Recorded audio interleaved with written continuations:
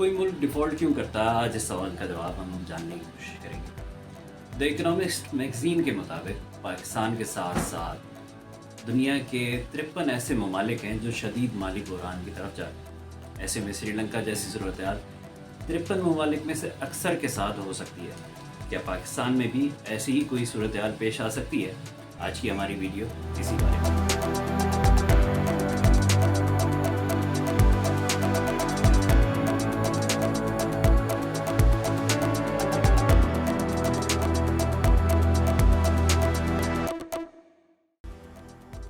امریکہ میں شرح سود اس وقت اپنے عروج پہ پہنچ چکا ہے۔ اس کے ساتھ ساتھ دیگر عوامل کی وجہ سے پاکستان سمیت دیگر ایشیائی،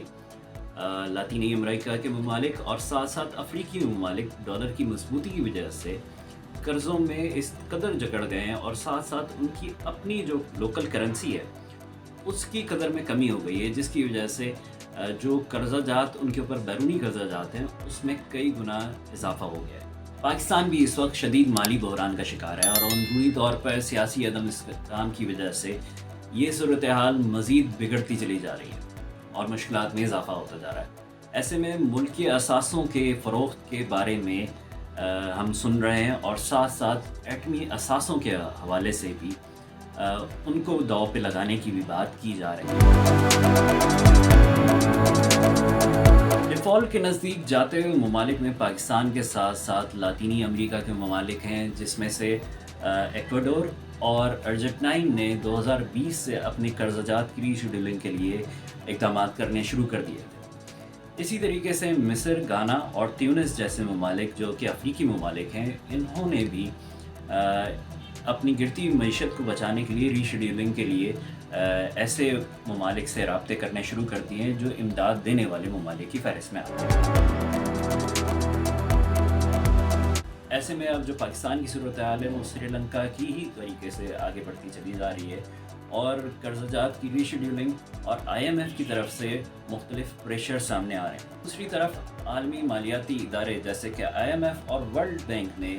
امداد دینے والے ممالک کے اوپر زور دیا ہے کہ وہ ایسے قرضہ جات یا مختلف کم آمدنی والے ممالک جیسے کہ پاکستان ہے، ان کی قرضہ جات کی ری شیڈولنگ کریں اور اس میں نرمی سے معاملات کو طے کیا جائے۔ جبکہ ہم یہ دیکھتے ہیں کہ IMF اور ورلڈ بینک خود اس روش کے اوپر عمل کرتے ہوئے نظر نہیں آتے ہیں۔ تازہ ترین مثال اگر دی جائے تو نومبر میں ہی پاکستان میں ایک IMF کی طرف سے پریشر آیا تھا، اور اس پریشر کے نتیجے میں جو لیویز ٹیکس پیٹرولیم کے اوپر 30 روپے تھا، اس 30 روپے کو بڑھا کے 50 روپے کر دیا گیا تھا۔ ایسے میں ایک صورتحال جو ہم اس سوال کا جواب ڈھونڈنے کی کوشش کر رہے ہیں کہ ڈیفالٹ کی طرف جانے والے ممالک ڈیفالٹ کی طرف ایک تو کیوں جاتے ہیں، اور پھر اس کے بعد ان قرضہ جات کے اندر کیوں الجھتے چلے جاتے ہیں، اس کا ایک جواب یہ بھی نظر آ رہا ہے کہ جب اس طریقے کی کموڈیٹیز کے اوپر پیسے بڑھا دیے جائیں گے، جیسے کہ فیول اور انرجی سیکٹر کے اوپر اگر بجلی کے پرائسز بھی اسی طریقے سے بڑھا دیے جائیں گے اور فیول کے پرائسز بھی بڑھا دیے جائیں گے، تو اس ملک کی جو اپنی ڈومیسٹک پروڈکشن ہے، جو بھی کوئی وہ پروڈکٹ بنا رہے ہیں، اس کے اندر خام مال کے ساتھ ساتھ ان چیزوں کے اوپر لاگت پہ اضافہ ہوتا چلا جائے گا، اور جب لاگت پہ اضافہ ہو جائے گا تو برآمدات میں خاطر خواہ کمی آئے گی، کیونکہ وہ انٹرنیشنل مارکیٹ میں اپنی پروڈکٹ کے ساتھ کمپٹیشن نہیں کر سکتے دوسرے ممالک کے ساتھ۔ ایسے میں جو ممالک ڈیفالٹ کی طرف جانا شروع کرتے ہیں وہاں پہ مزید ٹیکسز لگا دیے جاتے ہیں، اور مزید ٹیکسز لگانے کا جو سہرا ہے وہ ہوتا ہے IMF اور ورلڈ بینک سے جو قرضہ جات لیے جاتے ہیں اس کی وجہ سے۔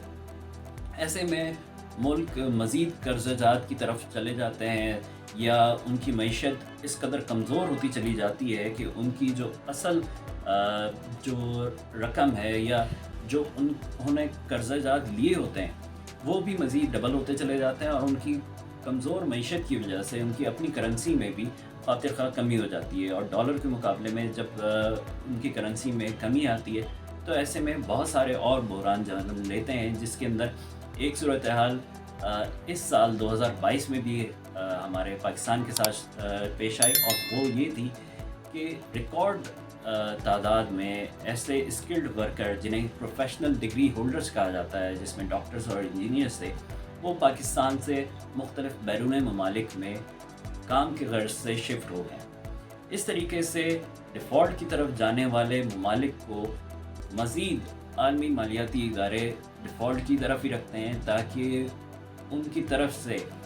جو قرضہ جات کی فراہمی ہے اس کو ڈکٹیٹ کیا جا سکے اور ملکوں کو مزید غریب سے غریب تر کیا جا سکے۔